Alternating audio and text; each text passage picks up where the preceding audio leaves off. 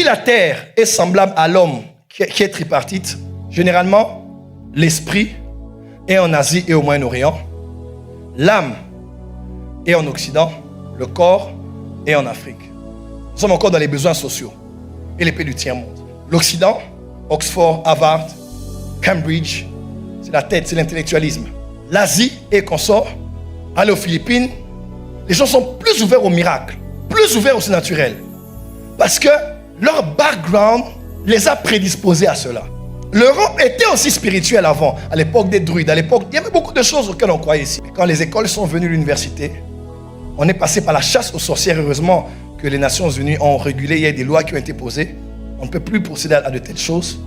On a étouffé tout ce qui était spirituel et on a donné accès au développement de l'âme, tout ce qui est émotion, les psychologues, bien-être, motivation personnelle. En Afrique, on est encore dans le sens de coup d'État, de manger.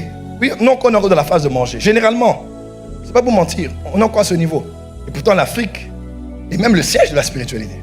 En Europe, Dieu nous a appelés porte des cieux pour être une église qui connaît Christ et qui fait connaître Christ. Et Christ, ce n'est pas un concept qui fait bien au corps du Christ.